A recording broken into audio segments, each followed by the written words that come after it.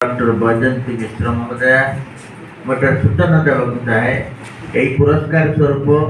आम नगद 20,000 टंका अर्थराशि मानपत्र उत्तरीय प्रदान करूँ। माननीय डॉक्टर वैजयंती मिश्र महोदय। गंगाधर मेहर श्राद्ध शतवार्षिक समारोह श्राद्ध शतवार्षिक सम्मान 2024 विशिष्ट कवि श्रीजुक्त मनोज मेहर माननीय श्री महाशय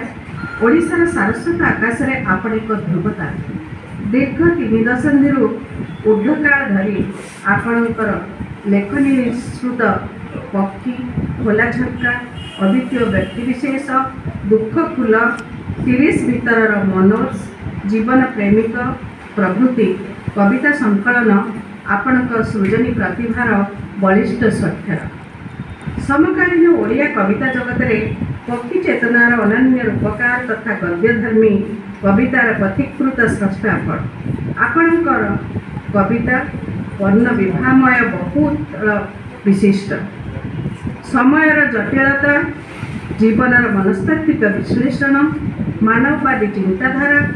संवेदनशील भावधारा आपणकर पर्यवेसित सृष्टि समूह विद्वतार सफल निदर्शन आपण कवितार भाषा सरल और सावलील आपणकर उपमा और चित्रकल्प हृदयस्पर्शी सांप्रतिक काल में जड़े यशस्वी कवि भाव में आपण प्रसिद्धि लाभ कर सारस्वत प्रतिभार स्वीकृति स्वरूप बहु अनुष्ठान द्वारा आपण सम्मानित और संवर्धित उत्कलमणि गोपबंधु दास प्रतिष्ठित तथा राज्यर प्राचीन और बहुल प्रसारित दैनिक संवादपत्र समाजर सहसंपादक भाव में आपण कार्य दक्षतार पटान्तर नहीं सर्वोपरि जड़े स्नेही दरदी नीतिनिष्ठ और विज्ञ व्यक्तित्व भाव में आपणकर ख्याति दीप्ति अपरिसीम हे वरेण्य यशस्वी कविप्राण आपण सारस्वत साधना और सिद्धि को प्रणति जनाई आम भाषा साहित्यर मौड़मणि स्वभाव कवि गंगाधर मेहर श्राद्ध शतवार्षिक पालन अवसर में आम आपण को मर्यादाजनक गंगाधर मेहर श्राद्ध शतवार्षिक सम्मान में विमंडित करने सहित आपण चलापथ कुसुमित हो एतिकी बागदेवी माँ सारला पादपद्म मिनती करुछु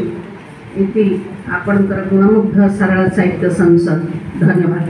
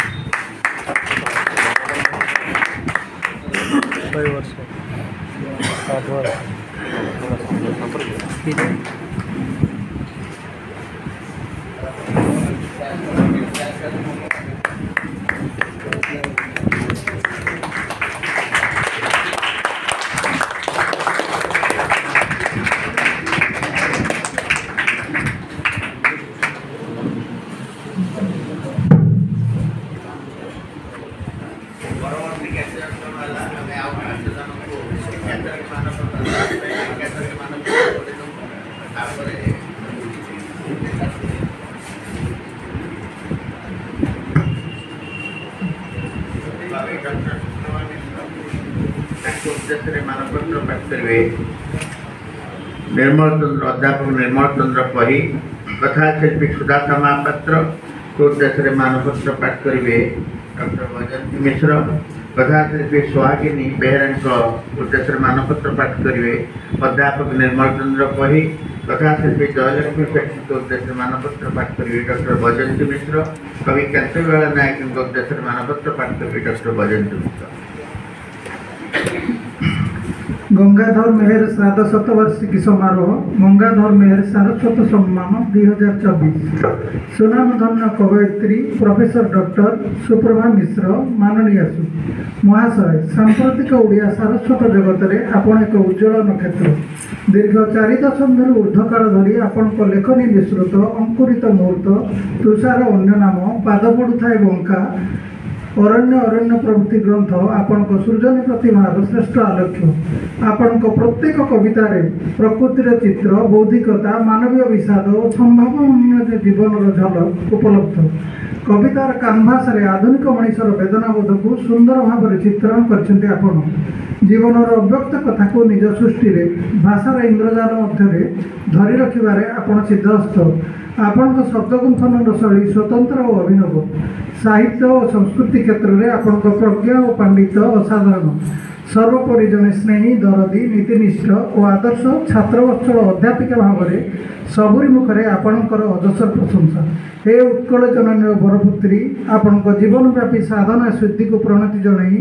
आम भाषा साहित्यर मौड़मणि स्वभाव कवि गंगाधर मेहर श्राद्धवार्षिकी पालन अवसर में आमे आपण को मर्यादाजनक गंगाधर मेहर सारस्वत सम्मान विवर्णित करने सहित आपण चलापथ कुसुमित हो ये बागदेवी माँ शारदा पादपद्म मिनती करुछु।